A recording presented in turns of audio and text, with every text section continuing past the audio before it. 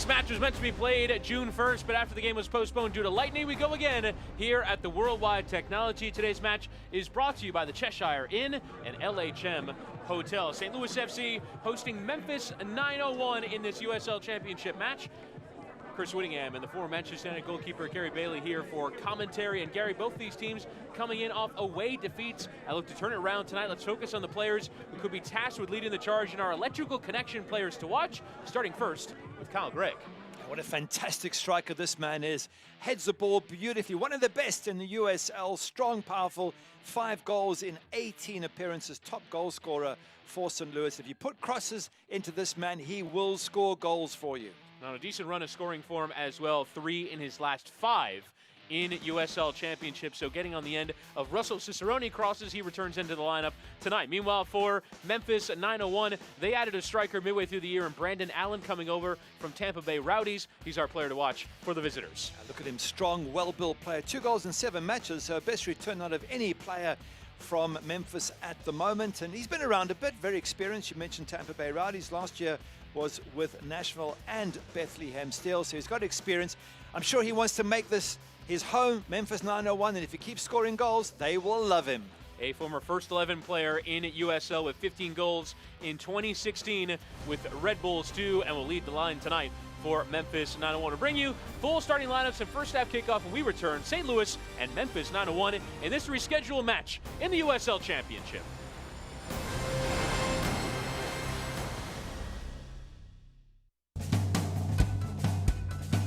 This year we developed Ale d'Or, which is a beer brewed exclusively for the St. Louis Football Club. We've been partners with STLC for coming up on 3 years now. St. Louis Football Club got some Schlafly, call out our Luligan friends on the side. You'll be able to find Ale d'Or obviously out at Soccer Park and then at your local grocery in and around St. Louis, so we're really excited to get it out there in the market. We're excited to debut it in 16-ounce cans for the upcoming season.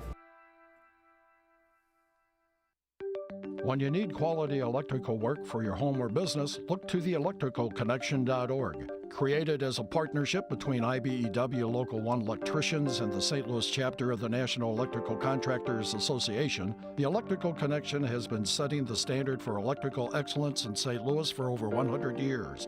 You can depend on our highly skilled and trained workforce, your #1 source for quality electrical and communication contractors, electricalconnection.org.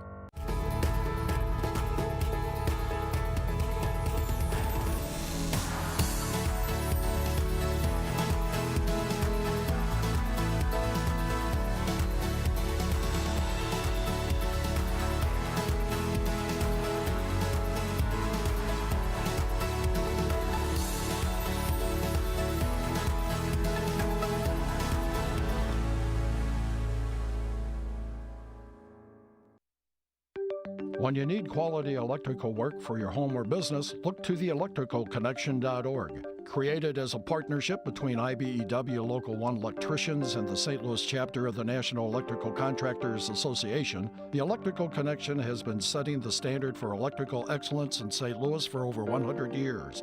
You can depend on our highly skilled and trained workforce, your #1 source for quality electrical and communication contractors, electricalconnection.org. Live scenes from the Worldwide Technology Soccer Park as St. Louis FC are just about ready to get started against Memphis 901. Today's match is brought to you by the Cheshire Inn and LHM Hotel. Chris Whittingham, Gary Bailey here for commentary of this one as we can now bring you tonight's starting lineups. They are presented to you by Schlafly, and we'll begin first with Anthony Pulis' St. Louis FC making 3 changes from the team that lost by 2-0 to New York Red Bulls 2 on Friday. Yeah, Camden Feo comes in for Paris G. Sean Reynolds for the red-carded Oscar Umar, and Russell Cicerone in for Master Kacher. Yeah, Sean Reynolds playing yet another position for St. Louis FC, played all 3 positions at the back, and now it looks like he'll move into central midfield. We'll obviously see how that plays out in the match for Memphis 901 and Tim Mulqueen. It's 4 changes from the team that got a 4-0 hammering against Pittsburgh on Saturday. Yeah, 1 change for each goal conceded, I guess. Abdi Mohammed is in for Granderson. Liam Doyle for Hauser Ramsey, Pierre De Silva for Dan Metzger, and Marcus Epps for Lagos Kunga. All the 3 new guys coming straight into the team. And here's a closer look at these new players that have been brought in. You mentioned Pierre Da Silva was released by Orlando City and brought in on the same day as Liam Doyle, who was released by Nashville SC. A sort of continuing revolving door of players at Memphis 901. Yeah, and it's something that's a concern for St. Louis, and Anthony Pulis is saying they have 3 very good new signings, which makes them a tough team to beat. And Memphis bringing in some players on loan from MLS as well. Marcus Epps coming in from New York Red Bulls. Brandon Allen's with Tampa Bay Rowdies earlier this year. Cameron Lindley on loan from Orlando City. So turning to Major League Soccer and just trying to unearth some hidden gems. The object for Memphis 901 and manager Tim Mulqueen trying to turn around their scoring form. It'll be St. Louis working from left to right. Back here at the Worldwide Technology, won here last time out against Bethlehem Steel. It's St. Louis FC hosting Memphis at 901 in a makeup game. The game delayed due to lightning. St. Louis dropping points yet again on Friday night away to New York Red Bulls 2. A 2-0 defeat means it's 1 win in 11 in the league for Anthony Pulis' side. Memphis suffered their worst defeat of their young life as a football club, losing by 4-0 at Pittsburgh. They hand a couple of players their Memphis debuts in hopes of turning it around tonight.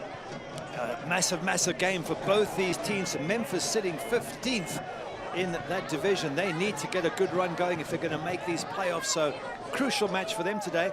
And as you mentioned, St. Louis are going through a really tough spell, and Anthony Pulis feeling they deserve something against the Red Bulls, and one of those points was the second goal conceded. And we get to our defensive keys to the match presented by Fortinet. For St. Louis, big talking point coming to this one is Oscar Umar. He's suspended due to a red card he picked up against New York Red Bulls 2, and he was sort of left out to dry that forced him to make a late tackle that ultimately got him his marching orders. Yep, he did. It was Paris G who dived in, Bezecourt got away, and Oscar Umar chased back. Again, question marks, did he get the ball? Anthony Pulis saying it shouldn't have been a red. It was given, and from that free kick, the goal conceded. So St. Louis eventually losing 2-0. So you can't leave your men out to dry, and that was the big story there. And I guess for Memphis, how do you recover from a 4-0 thumping? Well, best thing you can do is get yourself back on the winning trail, and that'll be the challenge for the visitors here tonight. As you have a look at the shape here, Liam Doyle partnering with Mark Birch. It does look like Abdi Mohammed will play on the right-hand side. Generally when Mohammed plays, Wes Sharpie has moved to the right, but Mohammed right and Sharpie left on the night. Is Mohammed giving away a free kick there as Colin Fernandez went in to try and win it off him, and Mohammed committing the foul. Anthony Pulis just pointing and cajoling his team, a team which, and we've said it many times in the Cup, have been absolutely fantastic. They've been brilliant, but for some reason their league form has really struggled recently. Let's have a look here. Is there a foul? I didn't see too much, but foul given nonetheless. Ball played towards Kadeem Dakers. Continuing in the side, Russell Cicerone on the opposite flank with Kyle Gregg leading the line. It'll be a throw-in for Wes Sharpie. Along with Mark Birch, the most regular feature in the side tonight for Memphis 901, as it's headed on there by Camden Fego and Adam Najim. Forward line, see Pierre Da Silva coming forward from central midfield, making his Memphis debut tonight. Did have a brief loan spell from Orlando City with Anthony Pulis' St. Louis side a year ago. As Sharpie getting the better there of Matt Boehner into the penalty area, playing it across and cut out by Sean Reynolds. Fantastically handled. Now Kyle Gregg losing out to Liam Doyle. Comes in from Nashville SC. Regular feature for them as well. Isle of Man native. This little island off the UK, most famous for a bike race where they race down the streets, and inevitably somebody dies every year. So it's renowned as the most dangerous bike race in the world. I'm sure he's delighted he plays soccer and doesn't race bikes. 48 appearances last season and a half with Nashville SC.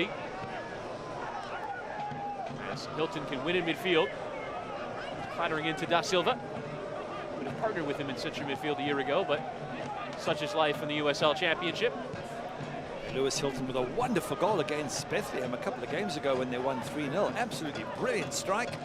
I'm sure Anthony Pulis wants Hilton to push forward a little bit more and try and score a few more goals from midfield. They have so much potential, St. Louis, and they showed it earlier on in that cup run and in their league form, and then suddenly it just got switched off. Now Boehner to get the better of Sharp. He hits a stinging cross through, and it came off the chest of Russell Cicerone and into goalkeeper Jeff Caldwell's hands. Cicerone's another one who looked fantastic in the early part of the season and scoring goals, putting great crosses in, and again, he seemed to lose his mojo. I'm sure Anthony Pulis desperate to have all these star players back on form and work their way up the table. Currently just in 10th position and hanging in for a playoff place. Pierre Da Silva with strong work there on the near side. Let's have a look at Tim Mulqueen, the manager for Memphis 901, former assistant with Orlando City, goalkeeper coach across the country, and hardly discovered Tim Howard, who is the part owner of this Memphis club. Come for this right-hand side, and Muhammad to cut inside. Najim making the run for him, but leaves it with Cameron Lindley. Lindley towards Da Silva. Boehner there first, and away from Sean Reynolds. Plays in central midfield tonight, in for Oscar Umar. Make of a defender being the preferred choice for Reynolds to come in central midfield for Umar. Well, it's a case of do you sort of firm up the midfield, you keep it nice and tight, you not concede. Maybe that's what you got to do when you're searching for results. You just make sure you give nothing away initially, and then you know that the likes of Carl Gregg is up front and Cicerone back in, they can score goals. There's the St. Luligans, love watching them. Absolutely brilliant vibe they bring to every match. And I guess from a Memphis point of view, 3 new players must give their locker room all sorts of excitement. Doyle, Epps, and Da Silva. You know, when you see a new player in the locker room, it's one thing, but you bring in 3, and suddenly that changes the vibe and the positivity. So let's see how that impacts on the visitors here tonight. Turning to just about anything they can to turn around their form. Only 18 points for their first 20 matches as a club. Brought through a lot of players. Right now, as they look down the stretch of their fixture list, they're in the middle right now of a 5 away matches in 6 run. They'll be back at home against North Carolina FC, at the weekend. And after that, it's 3 straight away from home. So Memphis, in attempting to turn around their form, are going to have to get some points on their travels. They certainly are. No wins away in the last 4, and that's not good when you're losing every one of your away games. It puts you under huge pressure to keep winning at home, which they haven't been able to do regularly. Here's Hilton. Looking at Leston Paul. Actually came off him last for the throw-in. What you always get from Lewis Hilton is a good argument, a good fight. He gets stuck in, he drives his team forward. He's a winner, and he's crucial in the success of St. Louis early on in the season. I think the more you see of him pushing forward, the more likely St. Louis are to win games. They need him to be that driving force in midfield. All the way back with goalkeeper Tomas Gomez, who continues his run in the side for Jake Fenlison. It's been a good battle this season, hasn't it, Jake? The #1 preferred keeper for the early part of the season. Thomas coming in for the cup matches and playing really well, and then getting his spot back. So it's a good fight between 2 very good goalkeepers. Kadeem Dakers to charge on here for St. Louis. Decent cross in, the touch towards goal, and it ends up on the roof of the net. Kyle Gregg there for St. Louis, but Mark Birch tracking him, and it came off him last for the corner. That's where he's so dangerous, Kyle Gregg. He's such a strong striker, such a good #9 to aim for. Great ball in from Kadeem Dakers. He's getting there. It's only great defending that stops him from Birch. That's where Kyle Gregg sort of earns his money, in and around that box. Brave as a lion, great header of a ball, and a good striker. And here's this corner brought to you by Electro Savings. Hilton to take it and actually leave it short here with Colin Fernandez. The return is crossed in, and it's straight at Jeff Caldwell, who catches well. Onto the goalkeeper. Good pair of safe hands, but maybe a little bit too much on that ball, a little bit too easy for the keeper, but he dominates and comes and gets that ball, and that's what you need to do as a goalkeeper away from home. You've conceded 4 in the previous match. You want to get a nice touch of the ball, get confidence, and They'll be hoping to keep a clean sheet tonight. Mohammed. And now Marcus Epst on this right-hand side will send the cross in towards Brandon Allen, but well dealt with at the near post by Kavita. Sharpie. And Da Silva getting turned. Just to work on his favored left. Cameron Lindley, a real distributor in the center of the park. Paul. Run of possession here for Memphis 901. I mentioned that run in the cup for St. Louis FC. Eventually going out to Atlanta United by 2-0 away from home in the quarterfinal. They're actually playing their semifinal right now. Lead Orlando City away from home by 1-0. Champions going for the next piece of silverware available domestically. Sharpie. Looking with Da Silva. Care on his run, allowing Da Silva to cut infield. Going to try and play the 1-2. Allen's return ball a bit heavy, but off of Sam Fink last and out for a corner. Good creative play from Memphis 901 there on the edge of the box. Allen's ball a little bit too hard to bring down, but they've got the corner. And certainly they look like they've got the ability with the Silva running at the St. Louis defense to cause St. Louis some big problems here tonight. It will be Cameron Lindley's corner to take. Straight into the team, who was a huge creator of chances for Memphis, and will again take it short. Seems to be the tactic for both teams, as Paul will now have a strike. Straight into the back of the defender. Now Lewis with an opportunity to break out here. Send it towards Dakers. Takes off the chest, but heavily off. Now leaving it there for Boehner. And Lindley in the way, but giving away throw into St. Louis. For sure, Boehner was happy to get that ball. Dakers sort of left it lying there, and he had to come in, and he nearly got crunched by one of the Memphis players. They do have the throw in here, and just waiting to see how this match settles down. So far, not much to choose between the two teams. Certainly, Memphis seem to be decent in attack. They've been probing nicely. Likewise for St. Louis. So this crowd could be treated to a really, really good and close match here tonight. And a free kick now for St. Louis. Referee John Freeman just going to have a quick talking to with Liam Doyle.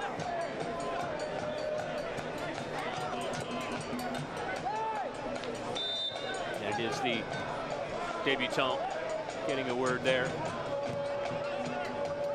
I didn't see much there. I think Doyle maybe is using a little bit of his body, but not sure why it needed a talking to. Mind you, we've seen players given 2 yellows for verbal, and is it Alex Martinez? Yeah, Charlotte. And so the refereeing's been very tough in the USL, so whatever it is, just nod and say, yes, Mr. Referee, and get on with the game.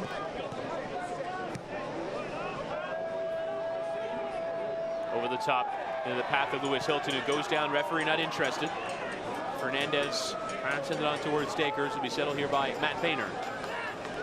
Turning on the ball and leaving with Colin Fernandez, who plays to feet of Kyle Gregg. Toucher on Doyle as a first-time strike. And decent work there from the center forward to create the half chance. Goes blazing over. Well, it was very well created. I mean, he's being tightly marked, Kyle Gregg. Ball comes into him there. Great touch, but this little half volley, not easy to do. And yeah, it's got too much height, but it had the right direction, I think. Just got too much height in it. Very difficult to hit a ball on the half volley that quickly. Once again, it shows you what a threat Kyle Gregg can be. Sharpie's ball towards Da Silva, dispossessed. Now Hilton.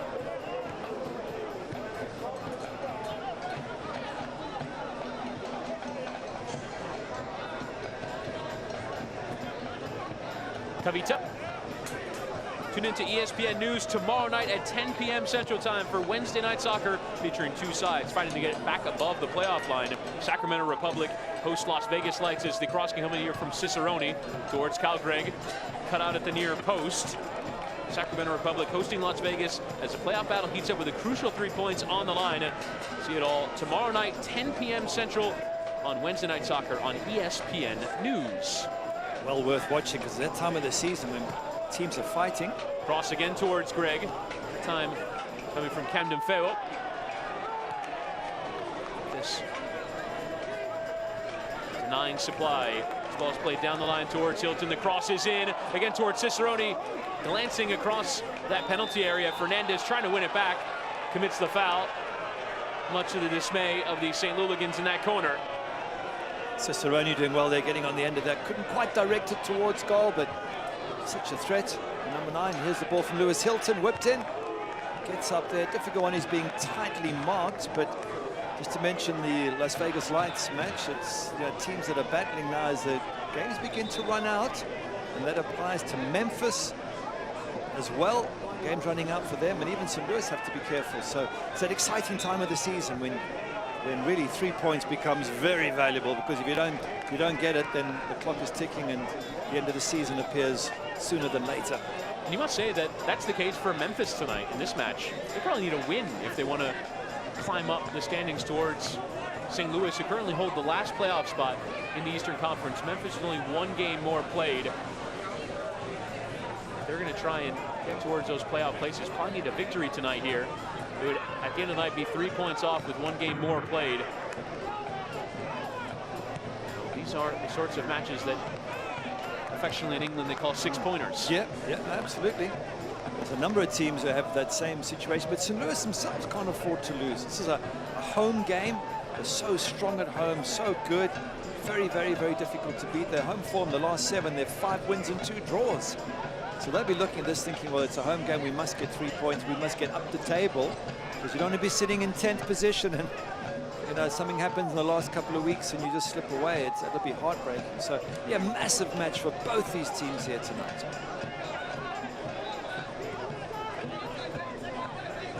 Da Silva playing the 1-2. It's a nice return ball there from Brandon Allen. Da Silva now into the penalty area, trying to measure the shot there, and fairly straightforward work for Telmas Gomez. Gomez doing well to get his body behind it. Make sure then that you don't rely on your hands only. Just wonder if Da Silva could have hit that a bit better. Wasn't his best strike. It seemed to bobble along the ground once or twice, but at least it's positive. At least it's a shot on target. It seemed more like a angle to hit across, bending through, than have a shot. Yeah, possibly you're right. Whip it into the box and hope one of your strikers gets on the end of it. Or if he hits it cleanly, it might have been difficult for Thomas Gomez to hold on to, and then they can follow up on the rebound. Unfortunately, doesn't catch it well. Tom McLean having a little word with the referee or assistant ref.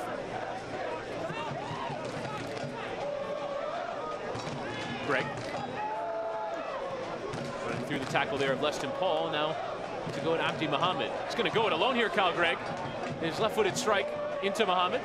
And settling with Candemfeo. Cicerone returning the favor. And now Hilton trying to win the ball back, and looks like he's having his knee a little bit. Seems to be okay. Try and press Lindley off the ball. Given away. Straight for Kavita. I'll tell you that tonight's match is brought to you in part by Maryville University. Score the winning goal at Maryville with personalized education, nationally ranked academics, and Division II athletics. Learn more at maryville.edu.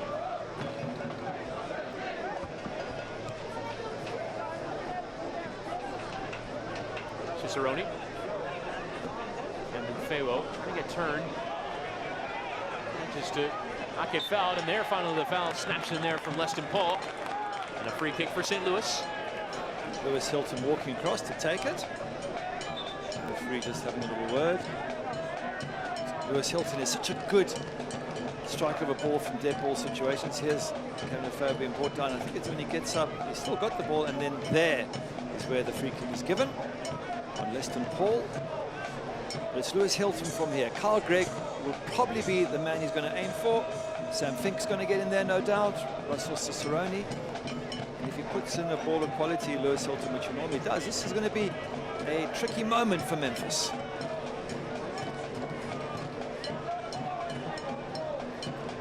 Hilton and Fernandez over it, as has been the case for most of the set pieces.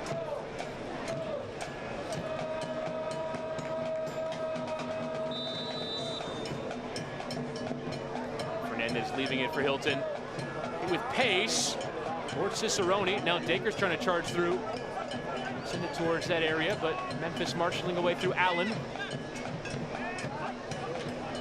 Now Da Silva not awarded the bailout foul there. Will be a throw in here for St. Louis.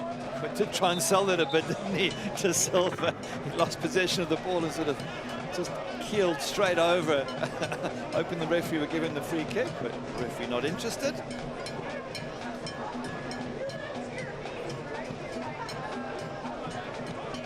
Boehner's throwing is towards Kadeem Dakers. Trying to dink it towards Hilton. Not too much pace on it. And a goal kick for Memphis 901. And this match is meant to be played on June the 1st. It represents the first ever meeting between these two clubs. Go again on August the 21st in Memphis.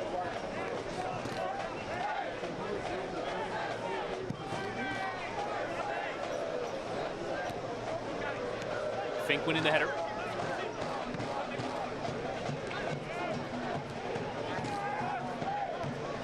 And again. Ian Doyle attempted to clear his lines, but gives it straight to Kadeem Dakers. St. Louis, for their first clear-cut opportunity of the matches, it's over the top towards Boehner. And on this playing surface, it's always going to go out of play. The idea was good. Execution not what was required. There was a couple of runners in the middle of the box, including Carl Gregg. Just wonder if trading the ball through to Carl Gregg would have been a better option in that situation. This is a match in which the players know what's on the line here. They're tense about it. They don't want to make mistakes. There's so much at stake here. And there's a big gap between 10th and 9th and the 8th position. And the problem for St. Louis is not just a case of winning and staying in 10th. You want to work your way up that table, and there's a 9-point gap. So it's almost like they're almost too far away to get to 8th position. They're battling for 9th and 10th to get into the playoffs. Yeah, that's good. That's not good enough for St. Louis side who early in the season were in wonderful form. So no doubt Anthony Pulis would love to put 2 or 3 wins together and try and catch up those higher up in the table in 7th position. And the target to avoid the first round of the postseason is top sixes. Taking it down there is Marcus Epps. Eventually cleared. And right now, St. Louis 11 points off the top 6. Pittsburgh currently holding that 6th position on 35 points. 11 points at this stage of the season almost seems like too much to make up. Maybe they've got a game or 2 in hand. They would have to go on a really good winning run at the moment, and they're going to come up against teams who are desperate, like Memphis, like we mentioned Las Vegas Lights and Sacramento. There's a lot of teams who are going to be very difficult to play at the end of the season when they are fighting for their lives. Free kick for St. Louis. Now Hilton.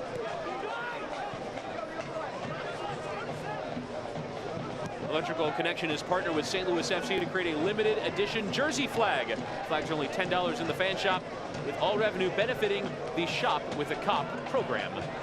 As Cicerone can charge on here for St. Louis going down. Is that on the edge or a penalty? Or is it neither? It's a goal kick. It's got to be a free kick, surely. Anthony Pulis can't believe it. It looked, from what we saw at first take, that it was a clear free kick just outside the box. Maybe if we see it again, we'll see something different.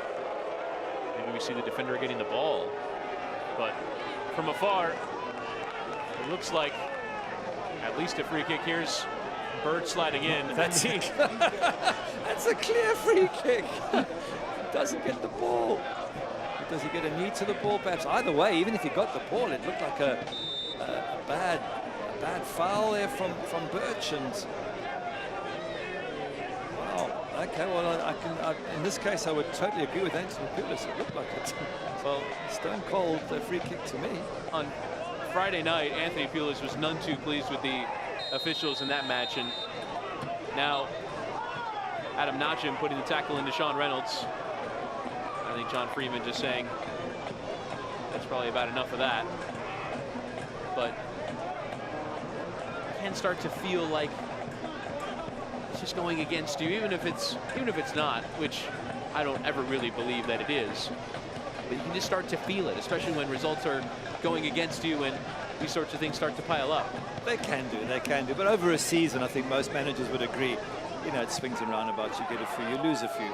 But I think Anthony Pulis is so desperate to turn around this bad spell they're going through. That will only infuriate him.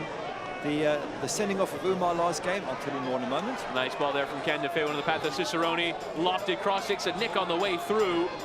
Comes all the way for Epps to clear. I was going to say the sending off of Umar last week against New York Red Bulls was touch and go. I thought he might have got a toe poke to the ball, but the referee couldn't see that and gave the red card. I could see that going either way. And yes, Anthony Pulis will feel hard done by that decision. But this one now, was it looked like it was the most definite free kick in a great position. But got to keep going. They even argue it's right there on the borderline to be a penalty. I think it was outside the box, was it? Yeah. It looked You almost wonder if the referee is doing the calculus of, is this a penalty? Is this a free kick? Well, if I have to say that it's a penalty, I don't think it is, therefore I'm not going to give it. But either way, that's a definite foul there from Birch. We play on. Hall switching out for Wes Sharpie. Epps is the short option. Play it off here for Lindley. Epps will play the 1-2 with Allen. Nice return ball. The first touch. Not what was required there from Epps. And now Lindley sliding in. That's a strong tackle. Ooh, in the center of midfield on Colin Fernandez. And now a decision to make for John Freeman. That's definitely a card. The only question is what color is the card? In a match we did recently, we saw a straight red for something similar. And I think the referee is just taking his time to figure out how badly Colin Fernandez is injured. And if it's a bad injury, I think it could be the color red. And it's the studs up that looks bad there. Yep, it is red. And there it is.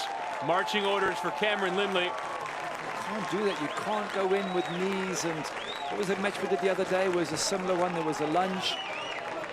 We had commentary of Las Vegas Lights and Fresno, where in the center of the park there was one of those coming together. Jonathan Levin got sent off. That's eventually. Good memory. Levin there also slid in knees, and I know the play doesn't mean harm. I'm sure Cameron Lindley will say, look, I didn't mean to do anything. I was just trying to win the ball, but you can't, because have a look at it again. If you get it wrong, you can break someone's leg. Have a look here, Cameron Lindley. Ooh, that's a leg breaker. And he knows straight away he's turned and put his hand up. Foot up, right on the ankle. And all the players appeal as well, because they know it's bad. He puts his hand up. There's no question it's a card. And the longer that Colin Fernandez stayed down, the more likely it was to be a red. And that is the first ever red card handed to a player for Memphis 901 in the USL Championship. We've gone 20 matches without one. We're now down to 5 USL clubs that have not had a player sent off. Hartford, Loudoun, Nashville, Portland Timbers 2, and Reno 1868. But a first of the year. And Tim Mulqueen is pretty furious about that decision. I don't know. I can't really say it shouldn't have been a red. Maybe he feels it was only a yellow, but when you slip, when you put your studs up like that, you're always in danger of it being a red. There you go, there's your stat, first red card awarded in club history for Memphis. I mean, the reality now, they're away from home. They're coming off a 4-0 thumping by Pittsburgh Riverhounds. They're up against a St. Louis team that at home are almost unbeatable. It's a big ask now for Tim Mulqueen and his Memphis side, even though they have 3 new players. Fernandez trying to put the cross in. Now again trying to fizz it through. It was awkwardly off of Sharpie, but luckily just rolling harmlessly for Jeff Caldwell. I guess Mulqueen is looking at those 3 new players and thinking, well, hopefully they can lift us. Because it really is backs to the wall now. It is funny how we were just talking about St. Louis feeling like they weren't getting the rub of the green from the officials. Yes. And then Memphis have a player sent off. I wonder what Anthony Pulis would say now. Do you think you'd rather have that decision or the foul over there on the far side? Like I said, swings and roundabouts. You can complain about his player getting sent off last week, Oscar Umar, and there was a little bit of doubt there. Not too much, I think, but there was some doubt. And Tim Mulqueen will have the same on. Cicerone's cross towards Dakers, who was unmarked in the penalty area. Couldn't settle his first touch. And now the foul there from Fernandez going through. how would the match change tactically for either team? Obviously, it's Memphis into defense and St. Louis into attack, but for St. Louis, do you think this changes much? Not for the moment. I don't think until half-time you do anything that's worthy of a change. Often it's more the psychological change that makes a difference. Tactically, Memphis will just pull one back from up front and play with a lone striker on a counter-attack, probably. It's a psychological effort. You've just come off a 4-0 thumping. Your head's already down and this happens. Only on 2 days rest as well. Yeah, it's very easy to think, well, it's just not our season, or we're a new team, we need to settle in, or a whole bunch of excuses come into your head. You have to be mentally strong now. There's going to be a real good measure of when Memphis 901 are at as to how they play the rest of this game. Cam Lindley, another player that was with St. Louis. Here we go. It's the first time ball there from Boehner towards Dakers. Across well, Doyle out for the throw-in.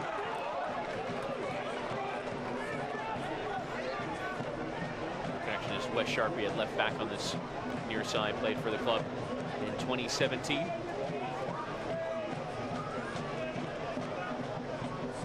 Boehner with Hilton. Send the cross in, but it'll come down the air for Boehner, who will return into the penalty area. Out there, Caldwell couldn't get enough on it, but luckily off of Cicerone and cleared by Memphis. That was a big thumping. I think Carl Gregg got hit there by the keeper, and so did Birch. But that was a dangerous moment. Birch has got blood coming down from his nose there, so I think the goalkeeper's hit him as he came out. There was a big crash of bodies, and that ball ran loose for a moment. Memphis lucky it didn't end up at the feet of a St. Louis player. That's a bloody nose there for Mark Birch. I'm sure he's had a few of those in his career, so don't think it'll stop him from playing. Here we go, ball's going to come in. It's a good ball in actually from Boehner. Have a look there. Oh, there's elbows, there's fists, there's all sorts going on there. Coming together of some big, strong, brave players, and that's the net effect. Mark Birch receiving some treatment. Stopping that bloody nose. Plenty of experience. Former U.S. Open Cup winner with DC United. 200 appearances for DC, Minnesota, Colorado, Seattle, Columbus, and LA Galaxy. Traveled, experienced player. Where's the armband as well for Memphis? I think one of the things, I don't want him to go off for too long because they're down to 10 men already, so they're probably going to try and patch him up on the pitch. Yeah, the assistant ref saying you've got to get off. And Pulis is complaining as well because he sees the advantage. They're down to 9 men at the moment. That really is a big difference. Now you see here almost a 5-3 shape from Memphis. Craig. A two-man advantage for St. Louis FC. Cicerone. 1-2 with Comfort, and it's sent through the penalty area, spilled by Caldwell, and Dakers can't get enough on it. And Muhammad will have to clear. Wow, what a chance for Dakers. When Caldwell spills it, you're thinking that's got to go in the back of the net, and he just couldn't bring it under control. There was an open net waiting for him, and the opportunity was lost. The goalkeeper there just struggling to hold on to the ball. What a good ball in as well. Caused all sorts of problems. Lovely cross into the box. Cicerone's so good at hitting these crosses with pace. To be fair to the goalkeeper Caldwell, he had a diving Carl Gregg in front of him, which put him off, which is why he couldn't hold on to it. So, phew, they got let off the hook on that one, Memphis.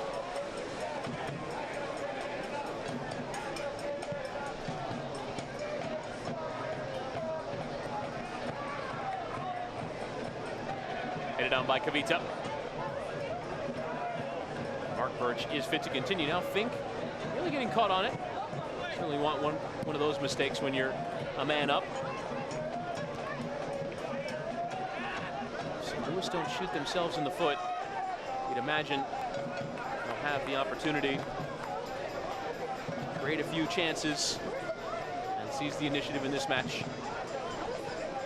See Memphis, all those white shirts way behind the ball here, defending quite deep. Just will try and block the space and make it difficult for St. Louis to play through. What St. Louis had to be very careful is what often happens in a situation is you then lunge in for a tackle, and the referee sort of shouldn't feel it, but it's only human to feel that he needs to balance the books a little bit. So any bad tackle from St. Louis could end up with one of their players in the book, or even worse. So you have to tread extra careful when the opposition have had a player sent off. Boehner. And Dakers. Flicking onto the path here of Hilton. Being turned and eventually earning the throw in for his team.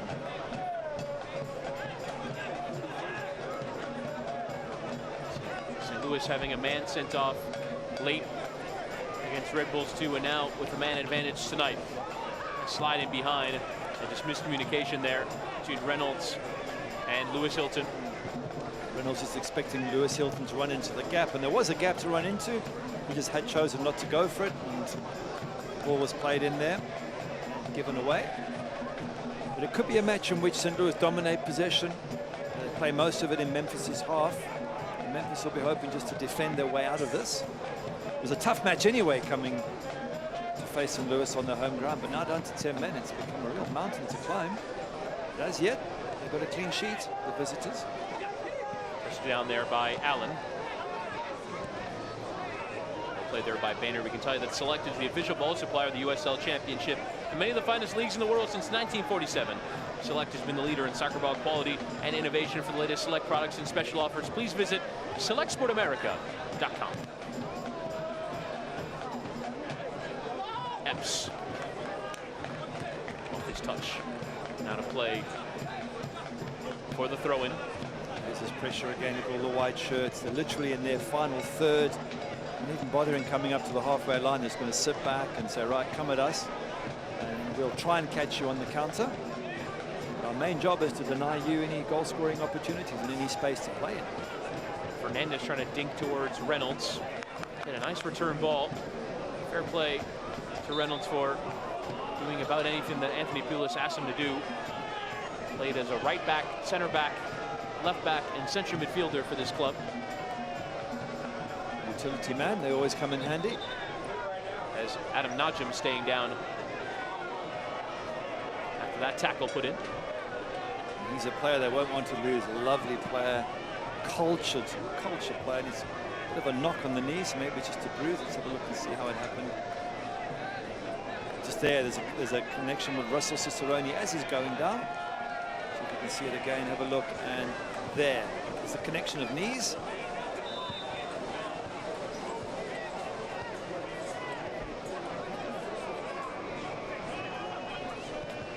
These teams desperately needing a result, although it's just gotten a lot harder for Memphis. St. Louis with 1 win and 11 in the league. Looking for a second straight home victory after beating Bethlehem Steel by 3-0. Last time out at this park, and if they can start picking up home victories, imagine that confidence will eventually travel. And it's a bit harsh on them to judge them on their most recent away performances, away to the top two sides in the Eastern Conference, in the form of Tampa Bay Rowdies and New York Red Bulls 2. Yeah, that's fair comment. Those are two very, very difficult matches. And they were certainly tied after the Atlanta United match, and even before that, Chicago Fire, and was it Minnesota, the one in between?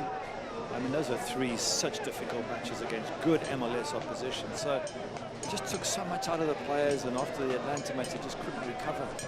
And maybe now they're slowly getting back into their groove, and that decision to have a player sent off, Cameron Lindley, will certainly help St. Louis get on top in this game. Memphis carrying out through Da Silva.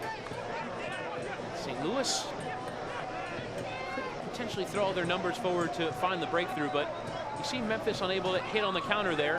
Has now afforded some space. Wes Sharpie, his strike, none too difficult at all for Tomas Gomez. Like a back pass in the end, wasn't it? Yeah. But at least from a Memphis point of view, they're trying to be positive, trying to get shots in there, but we'll see very quickly how all the white shirts will get very deep in their half. Really have a battle to climb now with that one man short. How do you, it's one thing, they've got to both stop St. Louis on the one hand, which is difficult enough, and then try and create scoring opportunities. And when you're camped in your final third of the pitch, it's a long way to go. From there all the way to the other end, you'll see time and time again how hard it's going to be for Memphis to play out of their own half. Kavita. Kandem Feo.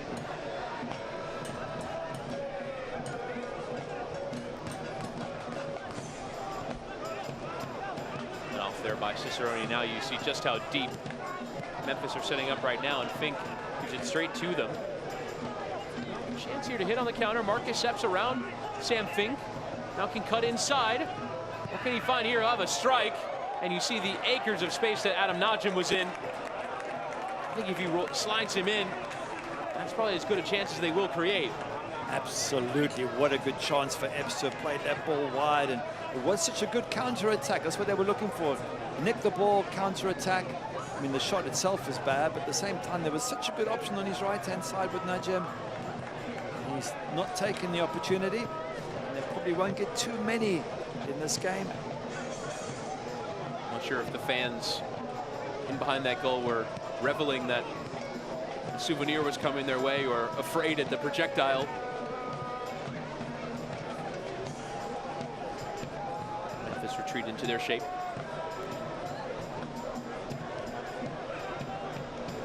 We were just saying in the build-up to this match, Oscar Umar giving away the red card, that you can't allow those opportunities to be created by over-aggression in defense. I think you saw that a bit from Fink there, as Dacre is trying to dance around defenders. And eventually cleared by Sharpie. Well chested there by Sam Fink. Dacres playing the 1-2. His cross is hit with pace towards Cicerone, who leapt for it, but just a bit over his head. That's a good cross, isn't it? And Cicerone is the ideal man to get either him or Kyle Gregg. And if they keep putting balls in like that, you fancy them to get something at some stage against a very stretched Memphis defense.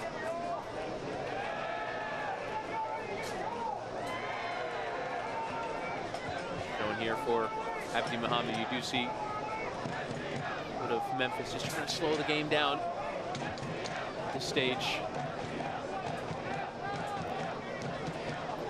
Silly tackle of Cameron Lindley. Once again, there's no nastiness. I'm sure he wasn't trying to hurt Colin Fernandez at all, but you go sliding in and you don't get the ball, and then your boots up in the air.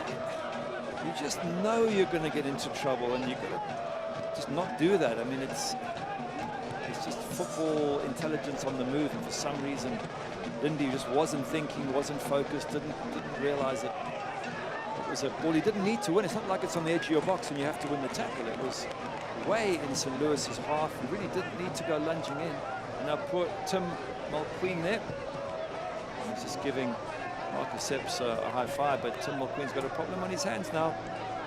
Yeah, one white shirt in that picture. And an adjustment to make at halftime as well, although it's not in the worst area where they lost Cameron Lindley. They're covered in central midfield. You can have Paul and Da Silva drop in with Epps and Najim either side of them. You wonder how they might change the shape a little bit at halftime. They didn't have to make a first half substitution. They sort of let the game play out, which it has, and fair play since St. Louis went a man up. Didn't really caused too many problems. They haven't, but they've had a lot of possession. They've been probing around the edge of the Memphis box, and you just fancy that second half are going to ramp it up, St. Louis. They have to attack. They have to put more and more pressure on Memphis, who will become increasingly tired. When you've got the ball like now, it's much easier, St. Louis. It's more fun having the ball than it is being a white shirt chasing, closing down, chasing. It's a tiring job. And they're going to start to feel that towards the end of the second half. Cicerone. Kandem Fewo.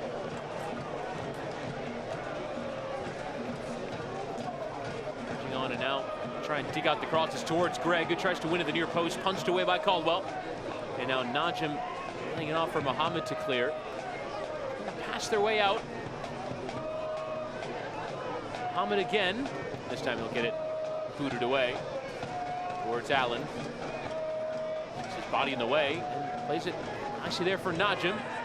Trying to hit the crossfield ball towards Epps. Some good play, tight play on that right-hand side. Najim knew what he wanted to do, is try and get Epps into space. The final ball not good enough, but shows you how difficult it is for Memphis to play out. That was really clever play by Allen as well to keep possession, and still they lose it, and now they're back defending again. Hilton.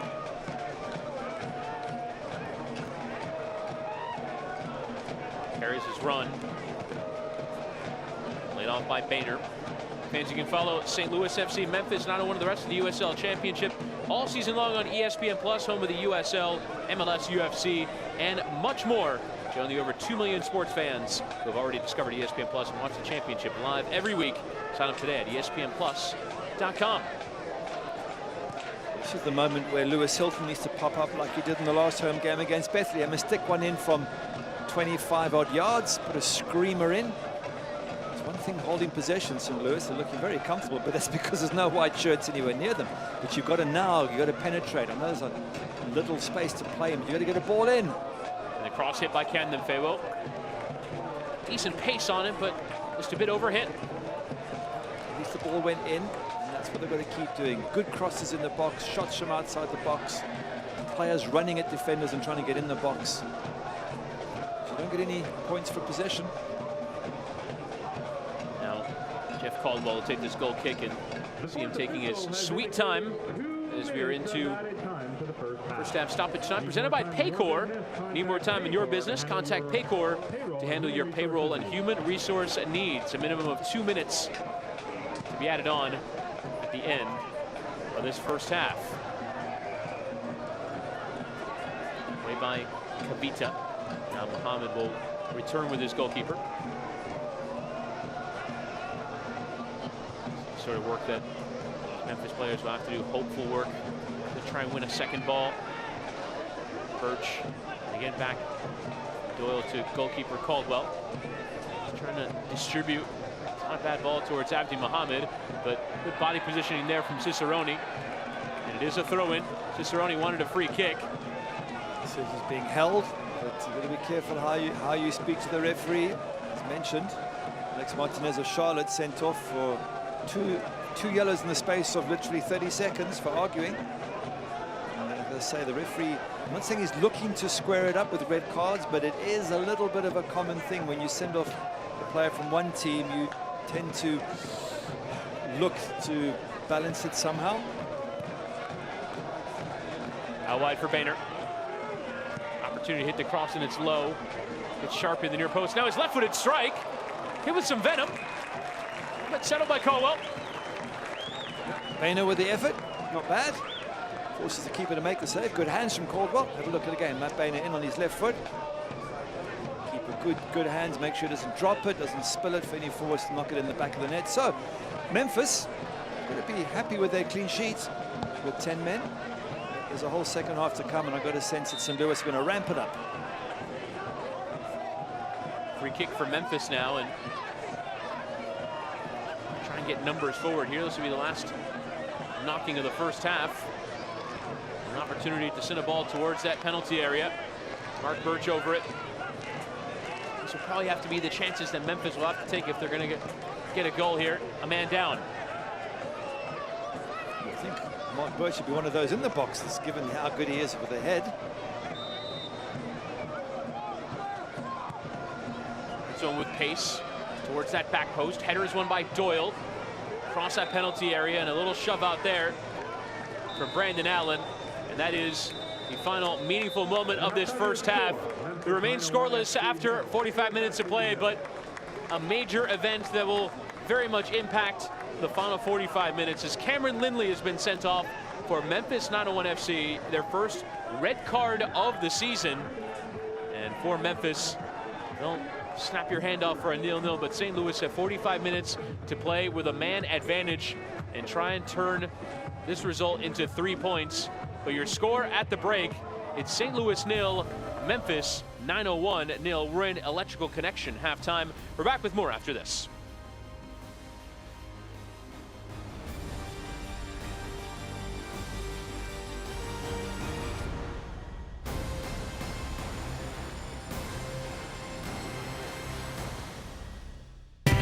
The excitement that is sweeping the nation has arrived in St. Louis. And a goal! It's Cicerone! Fans are loving the authentic soccer experience. Tailgating, cheering, chanting, and much more. It's a party you won't want to miss. Goal!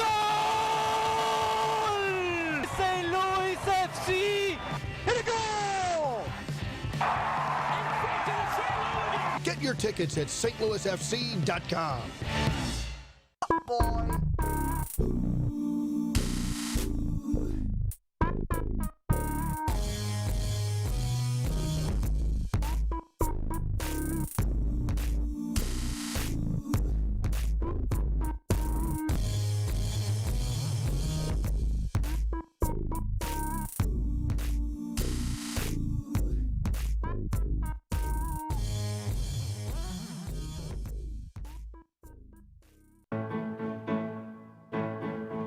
Junior programs, basically there's two sides of it. There's a rec side and there's a select side, and basically it's for ages 2 to 12. So you start off by doing a little bit of a warm-up. It's a developmental, kind of want to introduce the players to the game and kind of all in a fun environment and create a positive experience. Our staff is first class, our facilities first class, and it's really a first class program. St. Louis FC 0, Memphis 901 0 at halftime. We've all heard the expression, wrong place at the wrong time. Often, it refers to a bit of bad luck. For Samuel Kavita, it's an accurate description of the time and place he was born. Tonight, you go behind the shield with the St. Louis FC center back.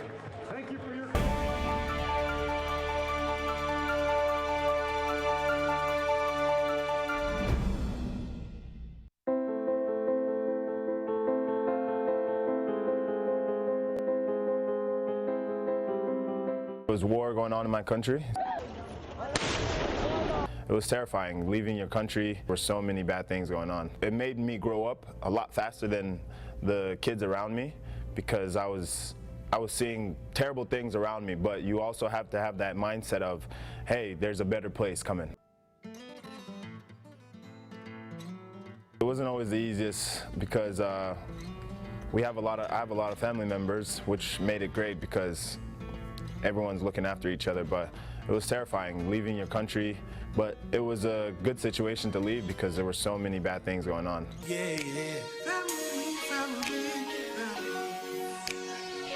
I love my family to death.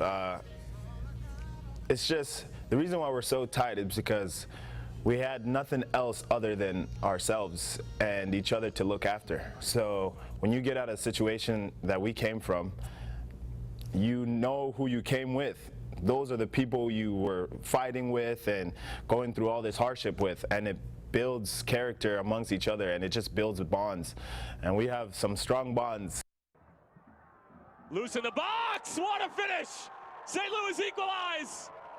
Then it's the veteran Samuel Kavita. He's certainly got attributes to go on and play higher, and again I think he's shown this year with the consistencies of his performances at centre-back of why he was in that MLS environment at Salt Lake. He's very hungry to learn, very hungry to improve, he's very humble, and he's fantastic to work with. He's thriving to be a better coach, I'm thriving to be a better player, and he's constantly teaching. And I think when we're both trying to grow our game, in whichever that may be, it builds the team as well. So I think the way he goes about it, I think it's fantastic.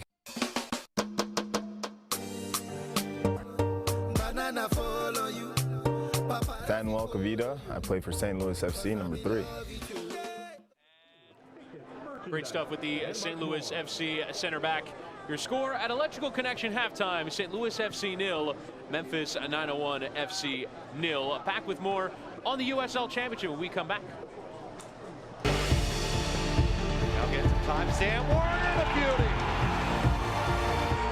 From distance, on the way and in! Goal, Las Vegas Lights! And Taylor with a beautiful strike. Are you kidding? Ned will go for goal! Oh my goodness!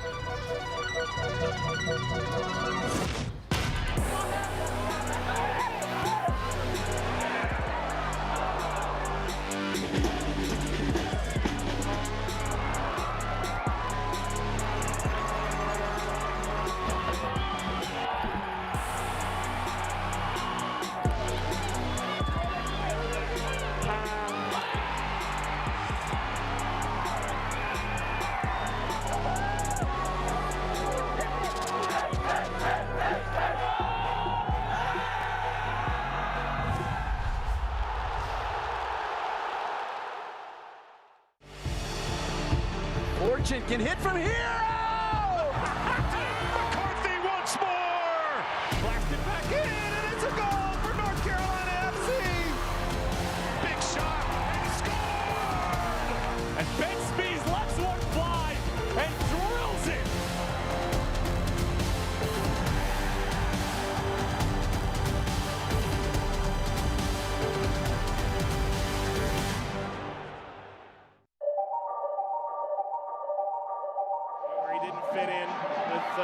Bethlehem and really Philadelphia. Prater lofting, header snapped in. New Mexico to run away with it. Weehan stealing it now. The ball. Fortune can hit from here.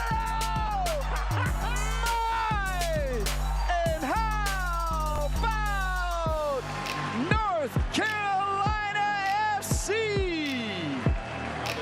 Lazy with Cooper, gets the return ball. Now Chavez to have a goal! What a strike from Ivan Chavez! His 4th of the year at Fresno FC. Loto clipping it in towards the... Oh, what a save! Sendejas in a second save! Dos Santos was in behind. Oh, that's the one! Yes. Toby had a ball and makes it 1-0. Don't stop him now. His second goal of the year has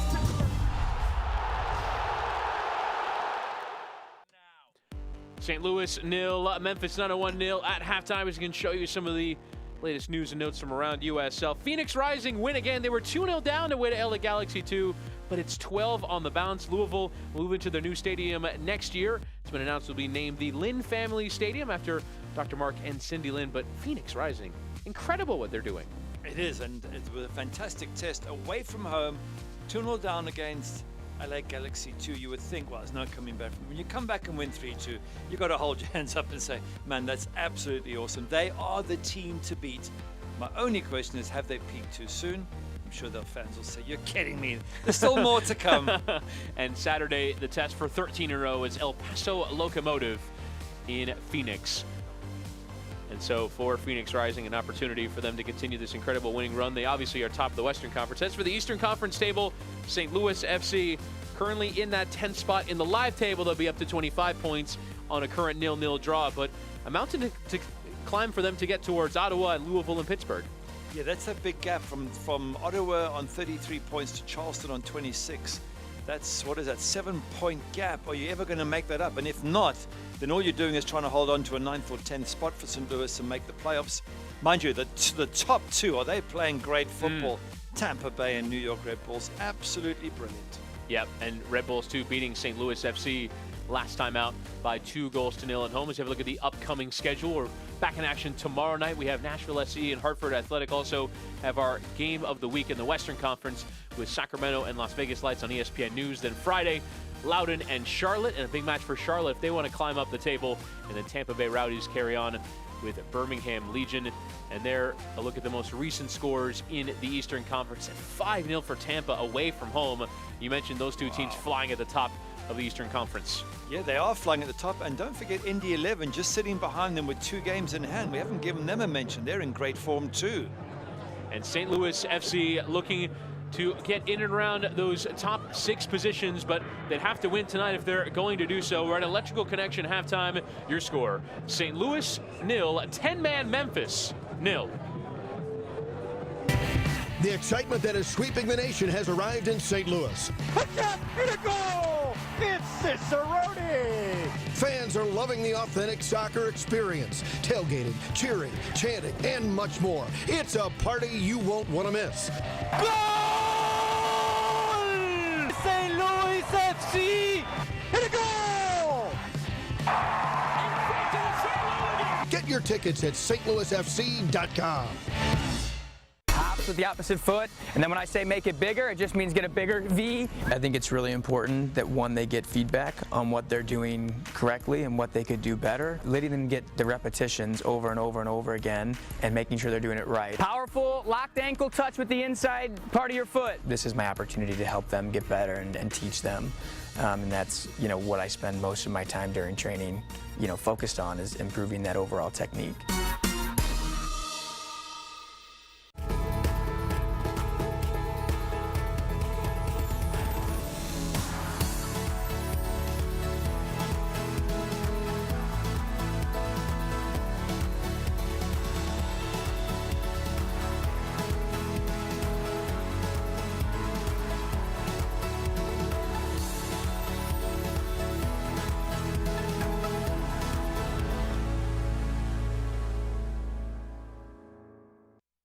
Boy.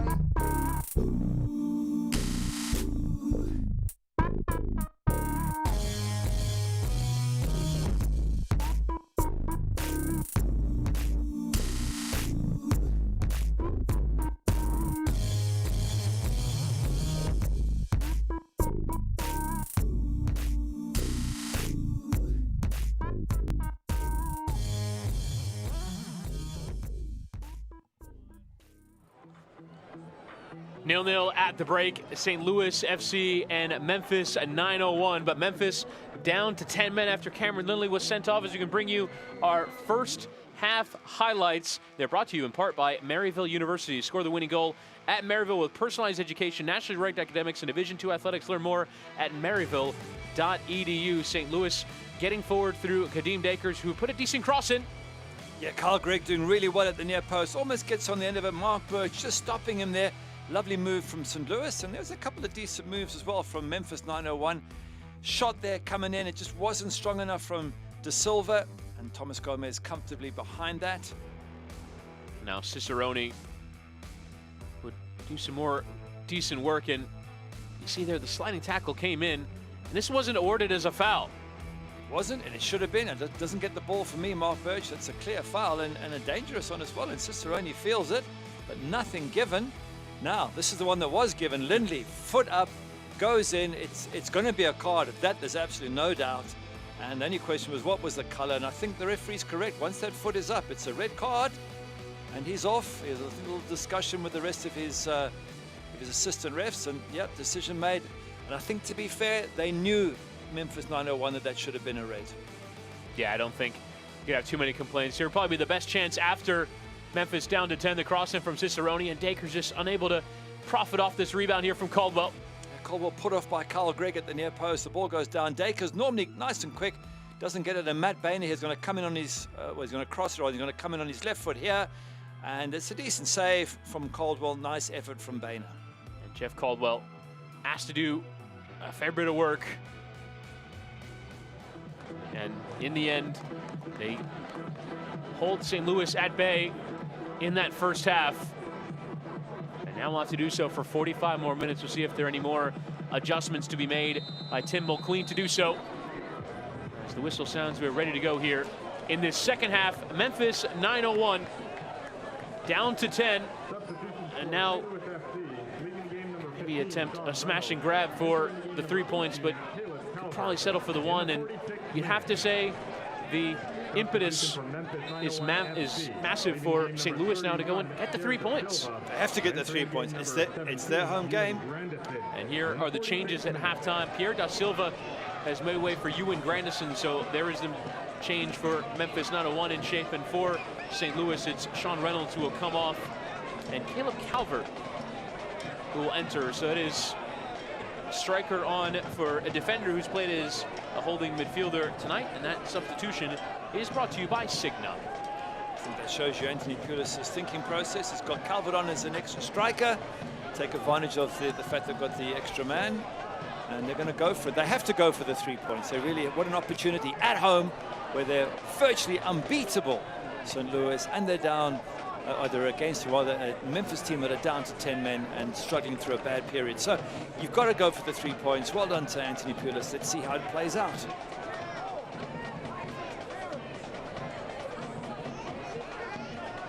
Now Wes Sharpie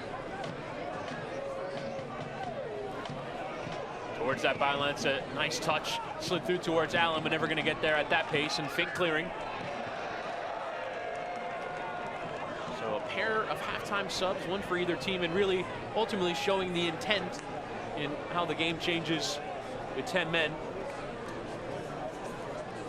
There's always the possibility of counter-attacks. And the cross hit with pace. Oof. And took a nick on the way through off of Sam Fink. Some danger there, beckoning on the back post in the form of Brandon Allen. And it is a corner for Memphis. So we're just saying there that on the counter-attack, Memphis can create problems, get opportunities. That was one there. If that touch goes in the other direction, put the ball in. Ooh, could have been at the far post there for Allen. Always going to be a threat, Memphis. The players, the quality of players they have in their side. And now Birch, a regular set-piece taker. Playing towards that back post. Trying to win the header, Memphis. Now for Greg to deal with. For Muhammad to retreat with his goalkeeper. Cameron Lindley, the player sent off for Memphis in the first half. 27 minutes on his marching orders from John Freeman. Camden Faywo sending forward. And now it looks more like a 4-4-2 for St. Louis, which is their usual shape, but Colin Fernandez, it does seem like Anthony Pulis, when he plays him, prefers to have extra cover in central midfield to allow him to be more creative. There's also a chance for Lewis Hilton to push forward and score a goal like he did in the last home match against Bethlehem. Now running through here, Epps, nice turn in the penalty area. Could still come from Allen, and Kavita has to boot it over his own net. Out for the corner. Certainly dangerous, but gets the job done. Gomez grabbing at his hip. Yeah, he had to do that. He wasn't quite sure what was happening. Kavita, he couldn't take a chance. Gomez was coming out. Nice little bit of play here from the visitors, and the ball just goes loose. Now Kavita's there's waiting, he just can't. And looks like Thomas gets a bit of a boot in the head from somebody. Yeah, takes a bit of a hit, the goalkeeper, but he's okay. Now Birch again. With pace towards the near post, a flicked on header from Sharpie. Came off Cicerone last, it's another corner. And Memphis have started the brighter, a man down. They have, it's almost as if they've decided, let's get out there, get the goal, and then we'll defend it. Very positive from the visitors.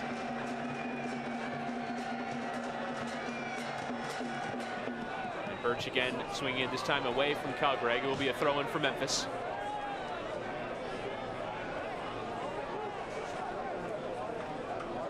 Lewis coming in after a strong effort away from home against Red Bulls 2. 1-0 down for Oscar Umar, sent off. Red Bulls 2 scoring from the ensuing free kick on 88 minutes as Camden Faywo has to win the header and does, but Allen, smart runner in the box from Mohammed. He wants to return ball from Leston Paul, but he just can't get turned. And eventually whiffs at the ball. Goes out for the throw-in.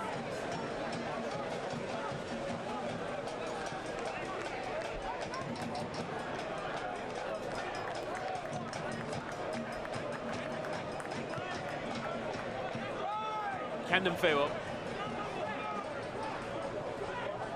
And Adam Najim just pulling him down there. Not sure there was much need for it as started heading towards no man's land there with Mohammed for cover. You see Camden Faywo reaching for his right arm. Pulled down there by Najim. Free kick for St. Louis. Have Lewis Hilton again along with Colin Fernandez. Which way is it going to go? Generally seems to be Lewis Hilton bending towards the goal, but there is that option. Fernandez bending it away from the keeper. Let's see which one they choose. Usually it's Hilton who will take these. Fernandez does fake it again now. Hilton towards that back post. It's away from the keeper, but Kavita unable to get there on that back post. And out for the goal kick. Referee just keeping a very close eye on things at that free kick. It was like a dancing session. Everyone was holding on to each other. I think he was on the verge of perhaps calling for a free kick. Let's have a look again. Bodies pushing and shoving and holding, and eventually nobody gets on the end of it. Both of these teams playing 3 matches in a week. St. Louis played last Friday night, Memphis last Saturday. This was not meant to be one of those weeks, but after a postponed match, you would expect it. St. Louis hosts Charleston Battery here on Saturday night. Memphis entertained North Carolina FC.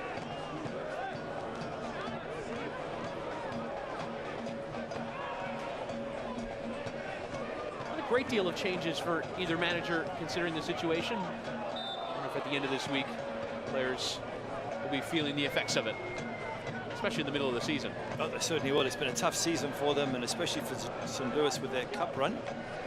I think we'll see a few more changes in this specific match. I think towards the end of it, there's going to be some tired Memphis legs. No doubt Tim Mulqueen will bring on a few players just to run around and close down the gaps.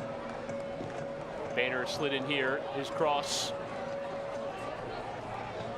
He's up on the adjacent pitch rather than his own penalty area. I was going to say it was nearly a good cross if you were playing on the other pitch. But he's been really good, so we'll have a laugh at his expense on this one, but he's generally put some decent efforts in here today. Matt Boehner. Joining from FC Cincinnati. Last 2 seasons. 36 appearances for his local club.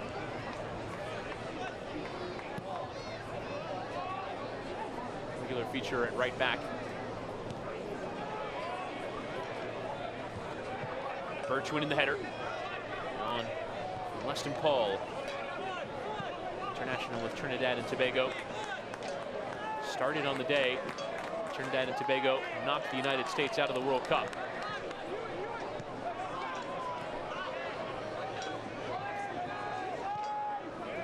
Between the lines there from Doyle. But Epps dispossessed by Dakers. Tracking that run well. When you move to a 2-striker system, it is the extra running that those wide men have to do.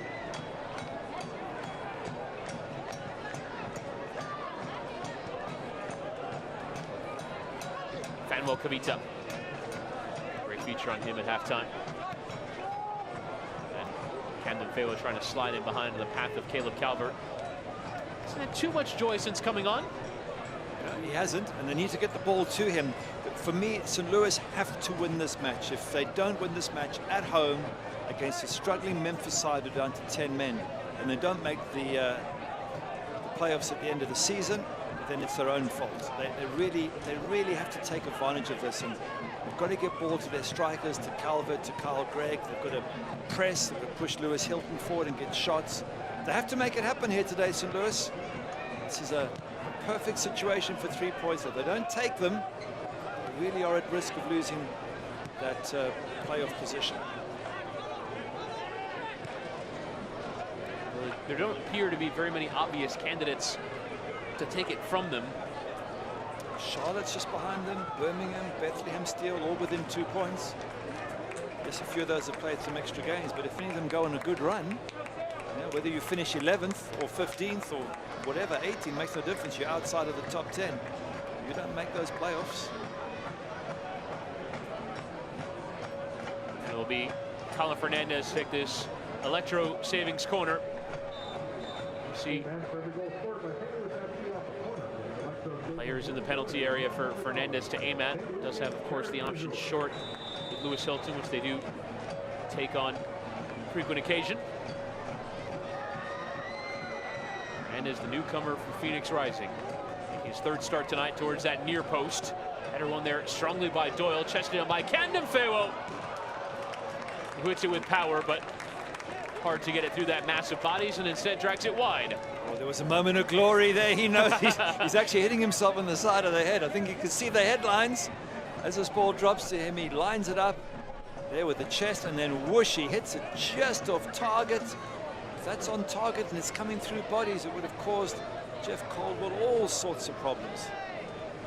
I guess that's why Camden Fao is a defender and not a striker. It is funny, though, to see those moments where all the other 21 players on the field and everyone watching in the stands and at home knows that they're going to have a shot. The question is, do you take advantage of your moment of glory?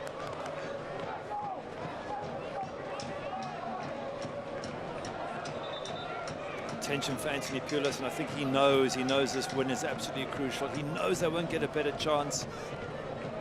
A couple more attacking options on the bench available to as well. An attacking fullback in the form of Paris G, and Master Kasher is there as well, who can come on. As Birch is over the free kick. Decent ball in. Doyle trying to win it. Comes off a Calvert. Sprayed out wide for the throw into St. Louis. Get updates and alerts all year long by following your club on ESPN.com. Search for St. Louis FC or Memphis 901, and then click the follow button to keep up with the latest news and scores. Plus, get reminders on their next match. Go to ESPN.com now and click follow for your club.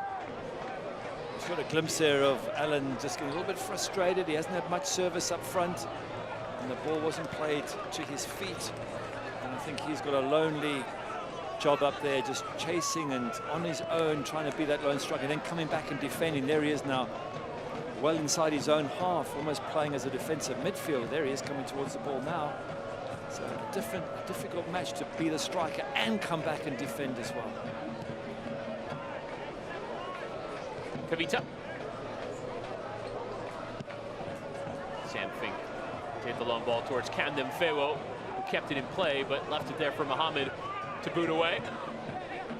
So here's a problem for Memphis when they get the ball just booted clear. They had a nice little spell, 10 minutes after half time, where they've had a crack. Now they seem to be just dropping back a little bit deeper, and when they get the ball just booting it clear, you can invite pressure. And half an hour left in this match, there's a lot of time for St. Louis to get the breakthrough.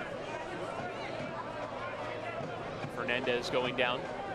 Referee playing on Camden Fewo. Cicerone making mazy runs all over. Instead, Camden Fewo towards that byline, picking out the cross towards the back post. Dakers across. That penalty area. Calvert was closest to it, but couldn't get the touch, and it comes for Caldwell. Good move there. Lovely cross from Camden Fewo. Does so well there. Puts it up in the end. Dakers wins it well. Just couldn't find him. Look at that lovely cross. Chipped up, far post. Dakers gets it. He couldn't find Kyle Gregg. If he could have just headed that back a little bit more in Gregg's direction, that could have been the opener. Fink's header out for the throw-in. Great to see the fans come out on a Tuesday night. There's a rescheduled match as well. Some great fans here, aren't there? And they're always singing. You can listen in the background. They haven't stopped this entire match. Singing, playing the drums. They give St. Louis such incredible support, the St. Hooligans.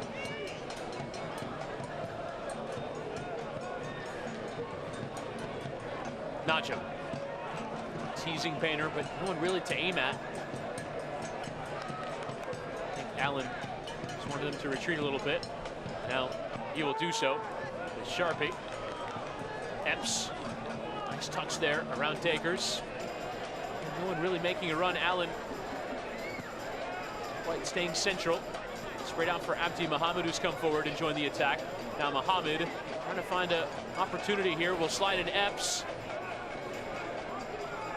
To bend away from goal.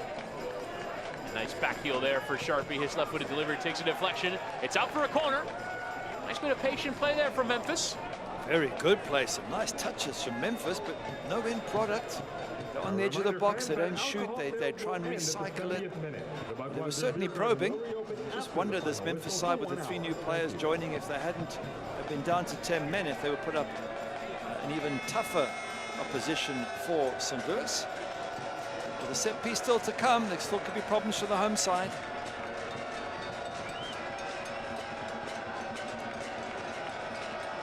Birch to Lofton. It's towards that back post. Doyle trying to head it towards goal, which he does. Awkwardly away there from Gregg. And now Dakers.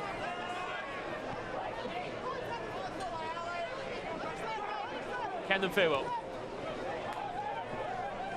Fernandez can take those sorts of touches, knowing he's not really going to be under too much pressure. St. Louis do have one of the league's best goal scorers, Kyle Gregg, trying to help turn this around. 52 goals for his USL career. Hilton towards Dakers, who's temporarily switched flanks with Cicerone. Now Camden Fewo finding himself in space, trying to figure out what to do. It's towards Gregg, who wins the header. Unable to keep it down, though. I said at the beginning, you give that man service in the air, he will get on the end of it. They couldn't direct that one towards goal. Camden Fewo just picks him off there, looks up, sees Kyle Gregg, puts it right up there. Kyle Gregg rises so high, but just under a little bit too much pressure, can't direct the ball. But that's what St. Louis needs to do. More service in the box, get wide, whip it in. And then if the strikers don't get on the end of it, you can say, hey guys, where are you? But get the ball in, give them something to run at. You've got Calvert there as well. There's enough bodies in the box, take advantage of it. Down there by Epps. Gomez. Kavita.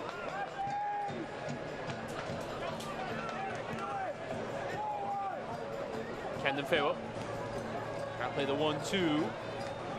In behind. Calvert.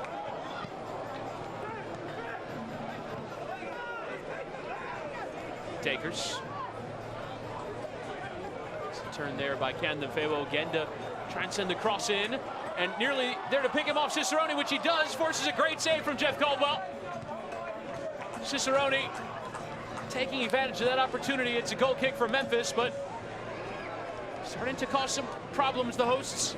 Absolutely good effort there from Cicerone. What a great cross from Camden Feo. Absolutely brilliant. A little bit of poor defending there, waiting for the ball to fall from Wes Sharpie. Can't really do that. You've got to get rid of it straight away. And the goalkeeper forced to make a really, really good save. But as you say, the pressure beginning to build now from St. Louis. And it's going to come from me from crosses. That's their biggest strength, St. Louis. Get balls in the box.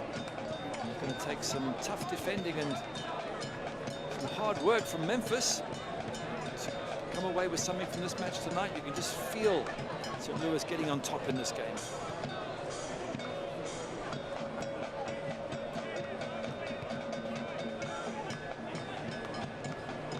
Lewis Hilton behind for Matt Boehner, who will himself play the cross in. It's towards Caldwell. A bit too early for St. Louis to start hitting crosses in. No, the crosses can come in now. You just mustn't put so much height on them. That sort of cross is always going to be a goalkeeper's cross every day of the week. But you whip those lower down, the keeper can't come, and you get them between defense and goalkeeper and cause all sorts of problems. But just saying earlier about Memphis, they start to have difficulty playing out now because they're down to 10 men and they're getting tired. They just boot the ball clear. It comes to St. Louis, and it's wave after wave of attack. And that's what we're beginning to see now. And if you're a Memphis fan, you're saying, hey guys, hold on to the ball a bit more. In behind Takers, trying to play it low across through that area. And Burt sliding in to deny the service. It is an Electro savings corner for St. Louis FC. Takers wanted to quickly take it, but he'll leave it for Hilton. Can you see it?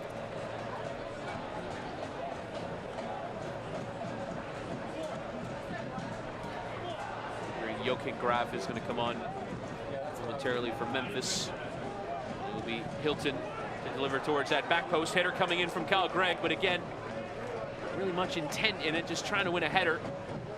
And it goes wide of target. It's a good time for Tim Mulqueen to bring on some fresh legs.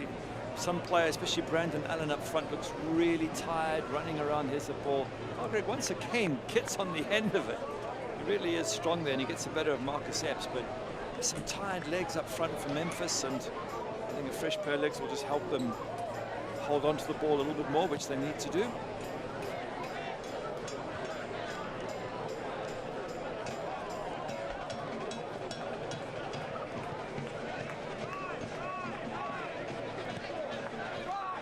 Camden Feo. And now Cicerone charging on towards that byline through that penalty area for Hilton. Sliding in and winning well there, Paul. Rather Grandison. Hasn't been involved too much since coming on. Now Fink.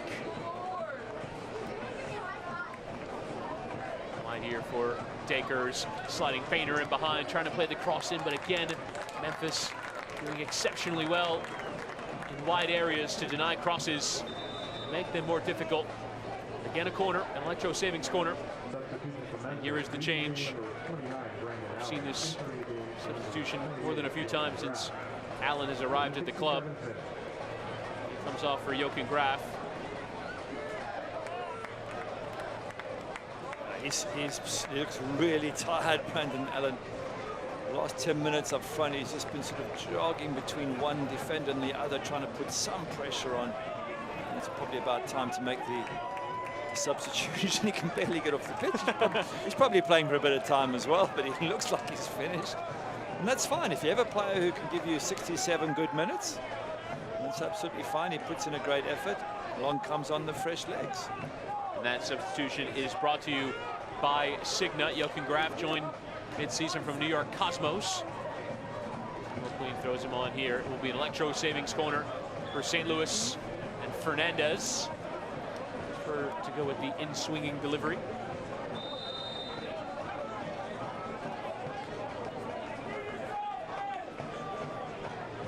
And it's towards the 6-yard area. Doyle strongly in the air. He's been a strong performer in his debut. Yeah, it's been very, very solid at the back. He'll be happy with the clean sheet so far. Look at this acres of space now for St. Louis to operate in. If they can just get some good service into the box, then it's going to be very hard for the likes of Liam Doyle to keep this as a clean sheet.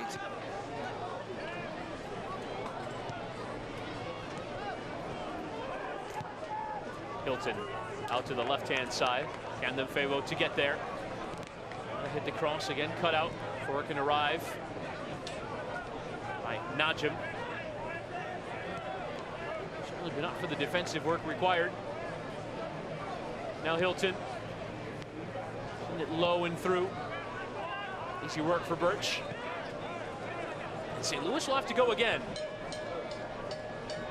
It's wave after wave of attacks now. Memphis have to get their foot in it at some stage, otherwise pressure will just be too much. This ball there, Calvert, Boehner is trying to touch it around Sharpie there, but giving it to him. See this, they get possession in their own half. They're sort of hemmed in here, Memphis. They're a long way to play their way out. Let's see if they can keep possession. Decent start to it there from Grandison. And Les Paul winning the free kick and grabbing at his right ankle as well. Feeling the effects of that. So this is where the pressure comes back after the red card against Memphis. They're going to put huge pressure on the referee to take action there. It's not a red, but he could very well give the yellow, and the player has to listen to the referee and he has to come and speak to him. Otherwise he'll get a yellow for ungentlemanly conduct. It will be yellow for Camden Favo for that tackle there. So first booking of this match for either team. In terms of yellows, Lindley got straight red. There you see just catching the ankle there. The left back for St. Louis. It's very marginal. Problem is, having given a red against Memphis, the referee's always going to be harsh in St. Louis for anything, any appeals. It does seem to have hurt Leston Paul. Let's hope he's okay. It's also a good opportunity for Memphis to take a breather. Yeah. Get some fluids on board. And just get themselves ready for the last 20 minutes of hard work. And also, just feels at the moment like Memphis can either defend or attack, but they can't really do both. As you mentioned, it was so difficult for Memphis once they had the ball deep in their own end to find the passes and their way out. Yeah, because they are so deep, they're pressurized, they've got one player less, and often they were just kicking it out and almost giving possession away. So very important that they try and control the ball when they get it. And it will be Master Cashier who will come on. Of Quebec. As Kadeem Dakers exits. So a second change here for Anthony Pulis in a Cigna substitution. Cashier was brilliant about 10 days ago here at this ground against Bethlehem Steel, but pulled off at halftime away from home against New York Red Bulls too. And Anthony Pulis is telling us maybe the game didn't suit him. Maybe going against the side down to 10, he's the creator. Try and cause some problems. Could be a positive sub here. Try anything now, St. Louis. They have to get that breakthrough. Poor ball back there from Greg, and now Epps charging on. Leaving it with Graff. Don't really to aim at in terms of a cross. Figure out a way through at the moment. It's keeping possession. Doyle. Epps. Comes off of Calvert. Doyle forced to retreat all the way back to his goalkeeper. Certainly have looked solid, the two big central defenders, Liam Doyle and Mark Birch. Haven't looked too flustered. They've dealt with everything really well up until now. Well, Graff causing some problems here for Fink, laying it off with Najim. It's a second bite at it. So leave there with Epps. And again, with Paul and Grandison holding, as Grandison has a go and forces Gomez to punch over. Wow, decent effort there from you and Grandison. Plenty of power in that strike. Certainly was. I think Thomas Gomez is lucky it was at him. If it had been in the far corner, he might have had trouble getting to this. It's a beautiful strike. The keeper's just at the keepers. He just tips it over, and look at it again. Wow, that ball is flying. It's easy enough for the goalkeeper just to push it over the crossbar.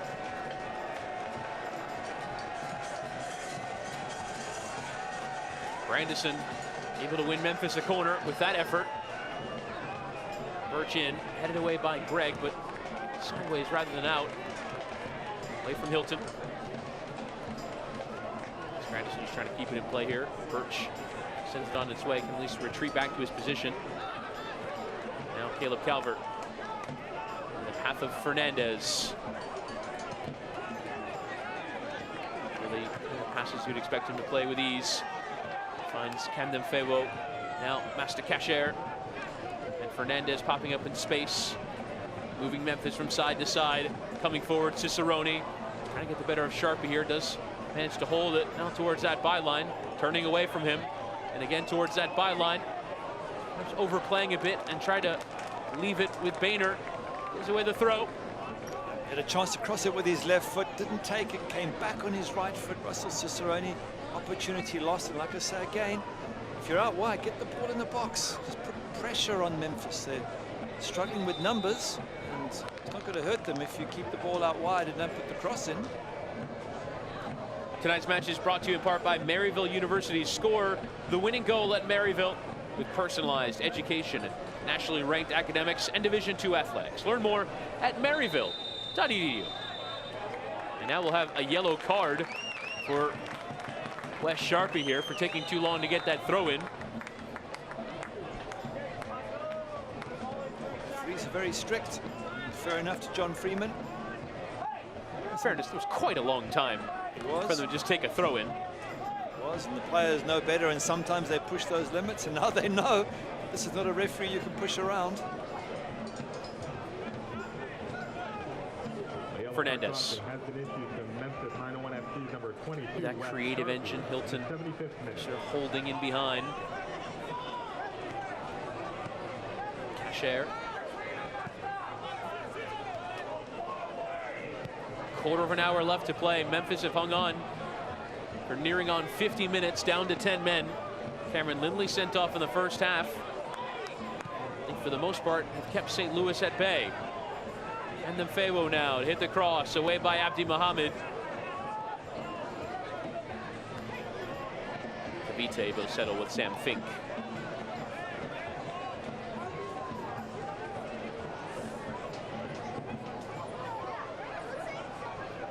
Behind the ball. Kasher. Camden Fewo.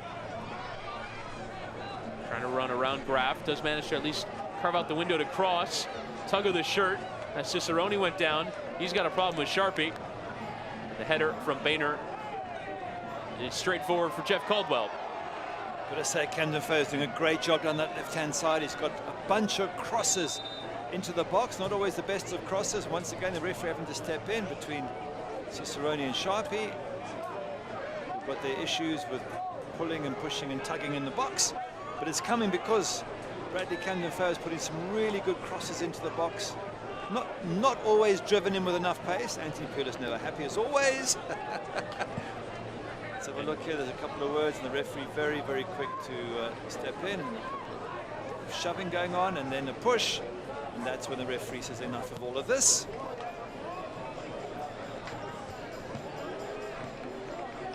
It's headed away for the Memphis throw. We can tell you that fans, USL unveiled its elite youth program, USL Academy. This allows clubs at all levels across the USL to develop its local youth and compete at the highest level across the United States, including the USL Academy Cup. For more information, visit uslsoccer.com/academy. Camden Fewo.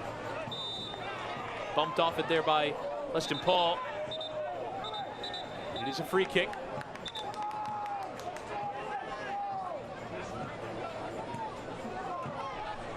And you see Memphis pulling out every time-wasting trick. Yeah, they do, yeah. Slowing things down, but that's their job now. Being down to 10 men. 13 odd minutes left. It's just trying to play the clock down as best you can. And if you can, counter-attack and get a winner. What a bonus for Memphis. For St. Louis, of course, it's the opposite. You've got all the pressure, get balls in the box, get crosses in there, get shots in, and see if you can get that crucial goal and get the 3 points. Hilton trying to slide it through. Advantage awarded as the shove went through the back of Kyle Gregg, and now we'll have another yellow for Memphis 901. John Freeman being very, very strong here today. And it's Mark Birch who will get it. Free kick for St. Louis in a dangerous position. Up steps I would assume Lewis Hilton, Colin Fernandez. It's about time they got one of these balls into a really dangerous area and give.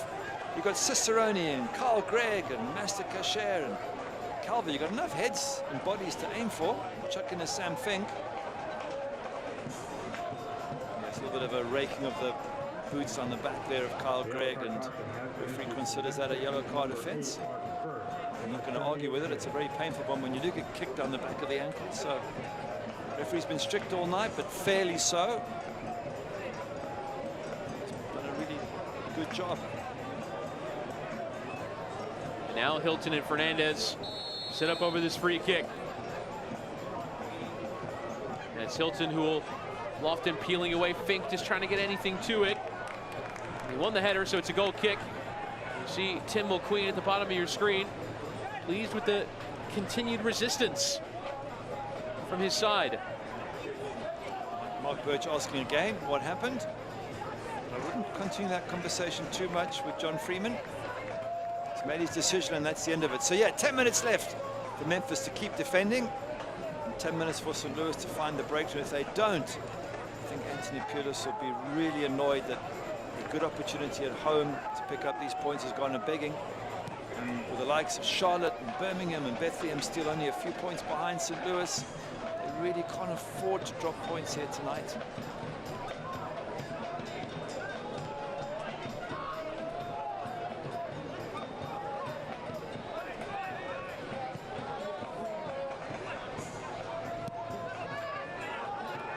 Caldwell hitting long.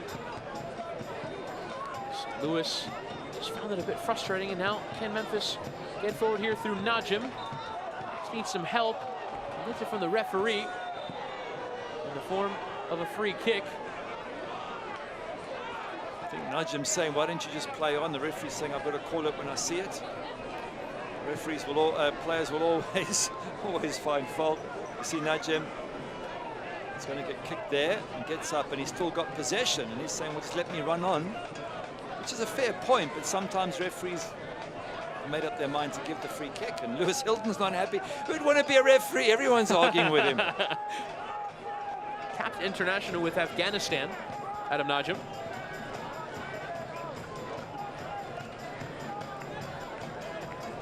It will be Birch over the free kick. Players lining up on the edge of the penalty area. And the time to run. It's hit with pace. It's in towards Epps. Got the closest to it.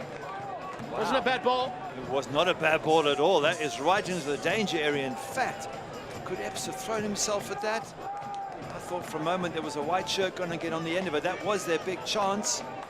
Really, really good free kick put right into the danger area. And Memphis just not able to get anybody's head on that. Hilton.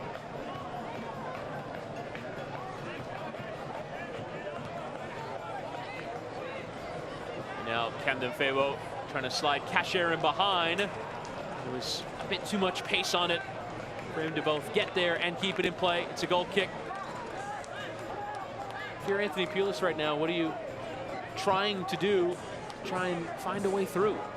Just get the ball in the box and trying to play it down the line. I know it's good football, but you've got sort of 8 minutes left. I don't think you have time for niceties, and you've got to whip that ball in the box, put Memphis under all sorts of pressure. And I haven't seen enough ball coming in, certainly from the right side. Camden Fair's done a decent job down the left, but from the right I've seen very little from the likes of Cicerone, who's normally really, really good at putting crosses in. And you've got Carl Gregg, you've got Caleb Calvert. These are both good players in the air. Give them some service.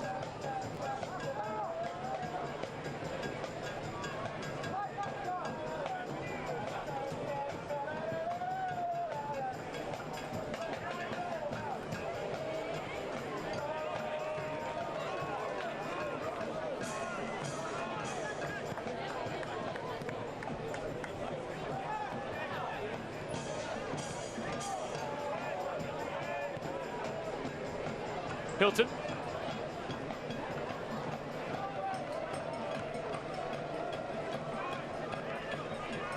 For Kavita. Here's the Parisian left back. And then Feo in there from Casher. Now Hilton. There's a pocket of space there for Cicerone. And St. Louis back with their central defenders. The central defenders way in Memphis's half. I mean, it's Memphis is just sitting back, only defending their final third, but they're doing a very good job of it. No space spare. And St. Louis are trying to play their way through, which is commendable, but not getting any joy. Going back to my previous point, in that case, just whip the crosses in and see what happens. Cross after cross, something's going to fall for you eventually. Oh, another yellow card for time wasting. And it's Abdi Mohammed, so 3/4 of the back four in the book of John Freeman. I wonder as well if the referee might punish with extended second half stoppage time as a result of the time wasting. If 2 yellow cards. Painter. Cicerone. His cross is cut out. Corner for St. Louis FC. They take advantage of this now. St. Louis, Mohammed in the book. But you've got so many big players. Sam Fink, Kavita working their way up into the box. Enough tall men for St. Louis there to cause some problems, surely. Fernandez will take the corner, an electro savings corner for St. Louis FC. Hit with pace, won by Doyle at the near post. Will still come for Casher, whose touch just leaves it there for Ewan Grandison. And now he's charging to try and hit out on the counter attack. Just needs white shirts joining him, tries to play it towards his central midfield partner Paul and gives away. Now both of those guys have vacated that space. They retreat quickly. Now Cicerone. Fernandez. 3 queuing up. It's towards Greg at the near post. Might have gotten a touch to it. Now Mohammed. Did it come off of him last? It did. And you see his frustration. Be careful throwing the ball away like that on a yellow. Absolutely correct. But you see what that ball did? Whips into the box. Caused problems at the near post. Just a normal, straightforward, whipped-in ball. And that's what can make all the difference. You know, it's difficult to defend from a Memphis point of view. If you put enough of those crosses in, one of them's going to work out for you. Colin Fernandez. Springing out to Camden Feo. Cross towards that back post. Caldwell punching, but comes here for Cicerone, who couldn't keep the follow-up down. And was that the chance for St. Louis to find the breakthrough? Could very well have been. The goalkeeper pats that away, Jeff Caldwell, and it forces Cicerone. That's the pressure that comes from putting decent crosses in from Camden Feo once again. He has supplied some great crosses. Keeper gets on the end of it, pushes it into trouble as opposed to away from trouble. And Cicerone just can't quite bring it down. Could he have done more? Jumps up here. He's going to hit it early. Just can't quite angle it. You can see all their heads and the hands there. The St. Louis players, as that opportunity goes a begging. There's still a few minutes left. Now Memphis come forward through Najim.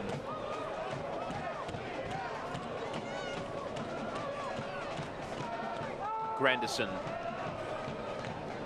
Doyle. Good find by Memphis. As will be Morgan Hackworth, who will come on for Adam Najim. Final change here for Tim Mulqueen. Change brought to you by Cigna, and just another opportunity to slow the game down for Memphis, and more defensive-minded player in Hackworth compared to Najim. Yeah, and some fresh legs as well. Somebody that can run around and just close things down for the last few minutes.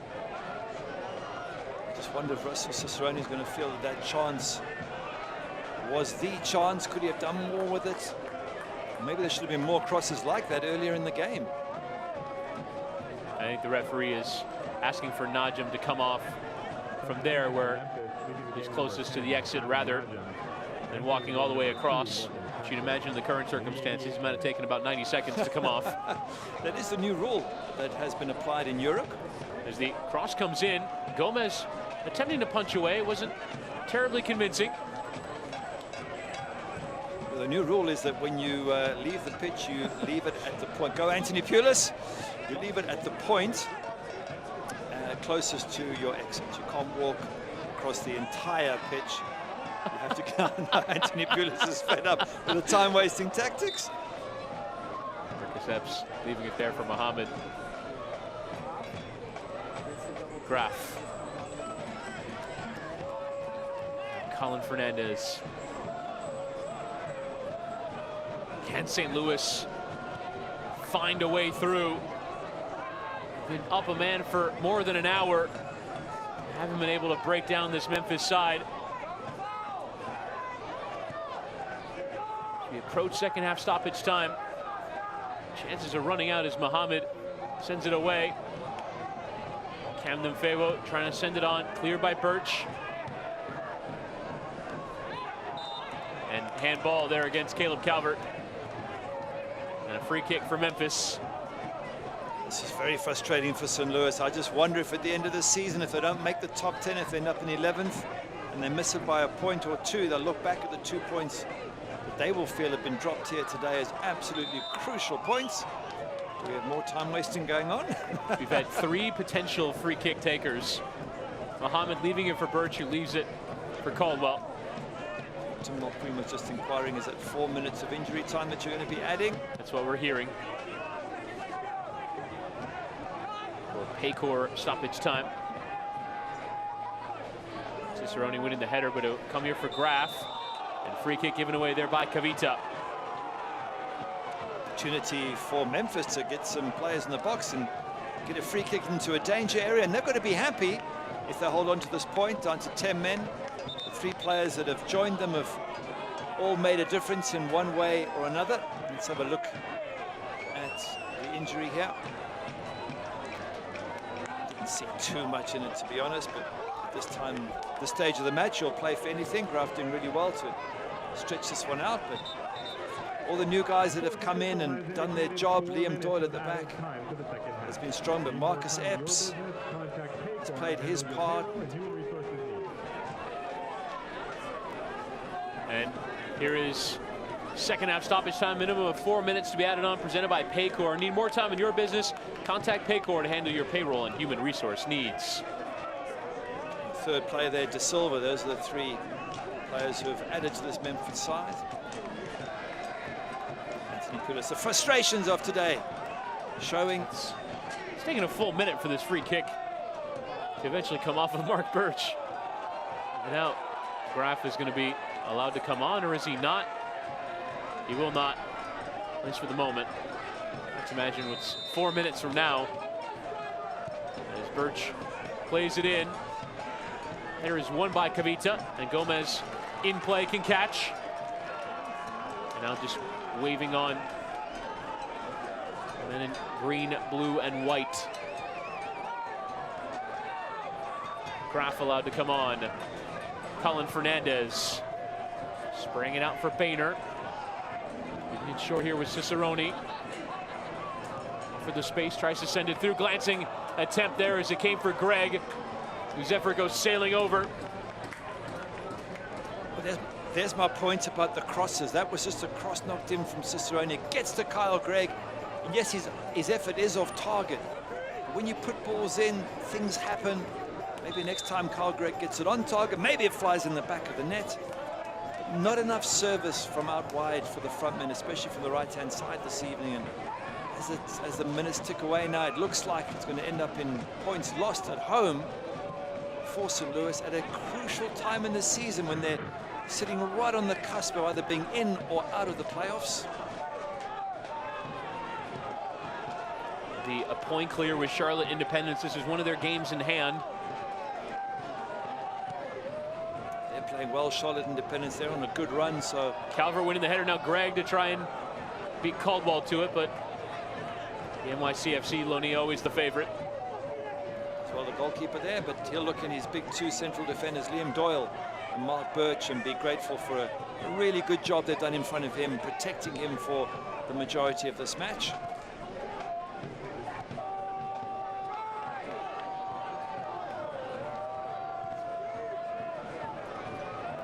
Cashier, now Cicerone, Running at Morgan, Hackworth cutting inside. His left-footed strike takes a deflection off Sharpie on the way through. Epps trying to clear his lines, but comes from Astakacher, cutting onto his right. Again, the shot deflected. Camden Fawo sending it in. Calvert the closest to it.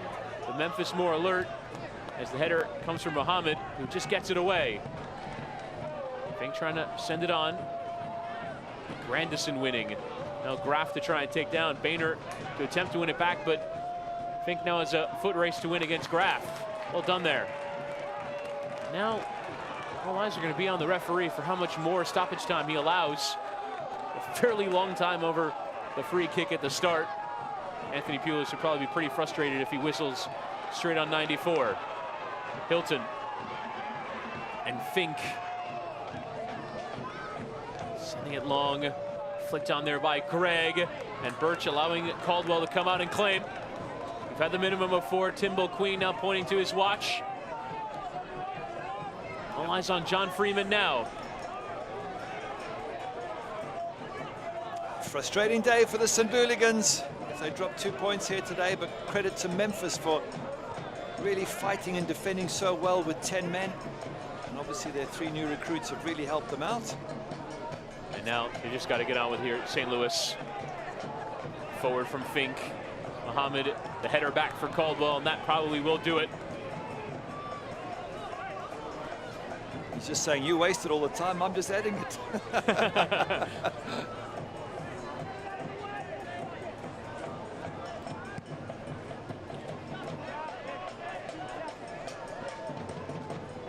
Graff trying to lay it off. Now Boehner sending it forward. We play on, and there is full time.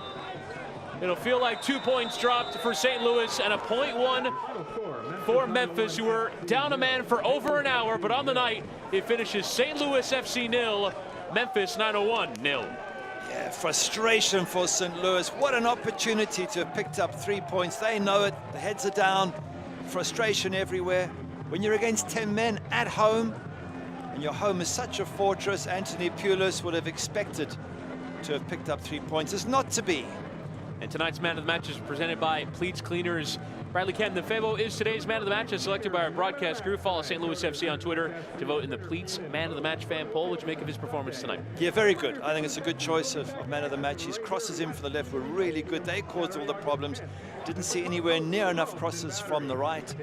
And almost every opportunity for St. Louis came from Camden Favo crossing the ball. So good job for the left full back tonight. He's just frustrated. He's come away with 1 point and no more. And St. Louis FC now on to 25 points. And at Edward Jones full time, your score, St. Louis FC 0, Memphis 901 0. Ultimate frustration for the hosts on the night as they go against 10 men for more than an hour and unable to break the dam. Both sides settling for the point. It finishes St. Louis 0, Memphis 0. The excitement that is sweeping the nation has arrived in St. Louis. And a goal! It's Cicerone! Fans are loving the authentic soccer experience. Tailgating, cheering, chanting, and much more. It's a party you won't want to miss. Goal! St. Louis FC! And a goal! Get your tickets at stlouisfc.com. Boy.